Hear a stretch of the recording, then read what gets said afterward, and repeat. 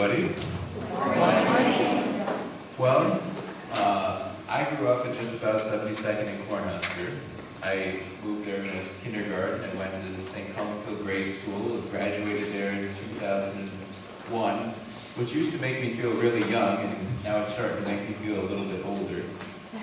I went to Papillion Vista High School, graduated there in 2005, and then went and joined college seminary and started the 8-year process of studying to become a Catholic priest. And I've just finished year number 6. So it's a little bit of a journey, a little bit of a walk. But you know what, I guess some of you are probably wondering, so this guy up here, you know, why do you ever think about this? Why do you ever think about, you know, looking at priesthood, or looking at this being what I want to do for the rest of my life, how I think the Lord's calling me to work in my life? Well, you know, when we talk about vocations, part of what's in that experience is the Lord has something for each and every one of us. He's got a plan for each and every one of us. And it's the plan that He's picked out, the plan that He's chosen for us, so that we can be happy in this life, that we can serve Him in this life, and we can be united with Him forever and ever.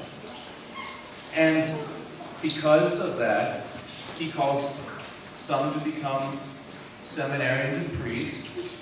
He calls people to become moms and dads.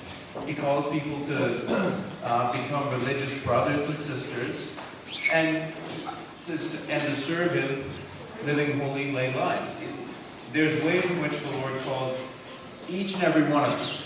So if the Lord's got a plan for each and every one of us, how do you think we figure that out? Does anybody have any ideas? If God knows something, it's for us, it's personally for us. My plan is different than His plan, different than her plan, you know. How do we find out what that is? What do you guys think? Anybody? Yeah. Yeah, that's right. We pray. And what is prayer? Who wants to give that one a shot? See? Yeah. That's right. So prayer is talking to God. So if God knows the plan for our lives that's going to make us happy, it's going to make us holy, it's going to make us into saints, then to start doing that, to start following that plan, we have to talk to Him. We have to ask Him. And in doing that, we pray to Him, and He speaks back to us. Now, it doesn't always sound like some big, giant, you know, radio station on stereo, you know. Sometimes God speaks a little bit more quietly. And so when we listen to the Lord, when we listen to God, we start tuning in. And it is kind of like a radio station, because we start to filter out the noise. You know, when you get a bad signal and you can't hear your songs anymore, it's just whoosh. Well, when you adjust the tuner, when you tune in, you start to hear the Lord more clearly, more fully. And you start to have that conversation back and forth. Well, Lord, what do you want me to do with my life? You know, Lord, how can I best serve you?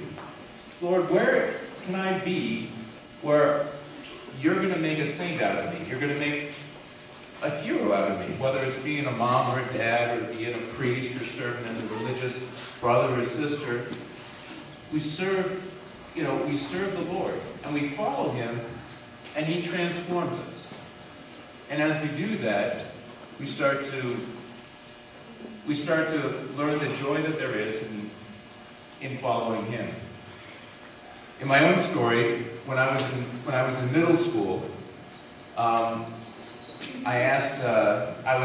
was asked by the priest who was here at the time, Father Francis Healy. He said, "Well, have you ever thought about being a priest?" I was an altar server at the time. He just kind of said, "Have you ever thought about it?" And I was like, "Well, yeah, you know, kind of, but not really." He said, "Well, you should think about it, because you'd be good at it." So I started to think about it, started to pray about it, started to talk to God about it, started to talk to some of my friends about it. Like, do you think this is just crazy? They're like, "No, actually, we can kind of see you doing that." Like,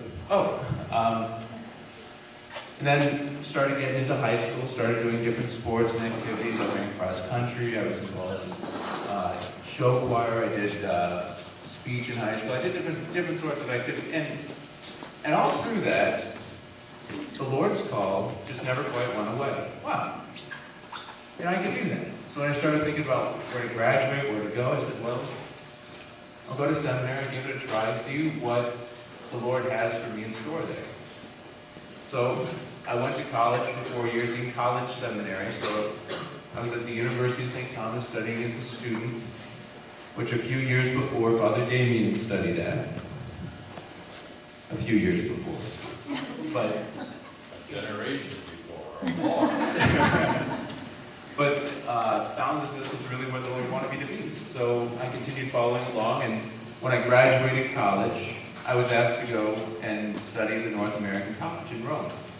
And so when we go and study there, I go to school. So I go to school, I live at a college.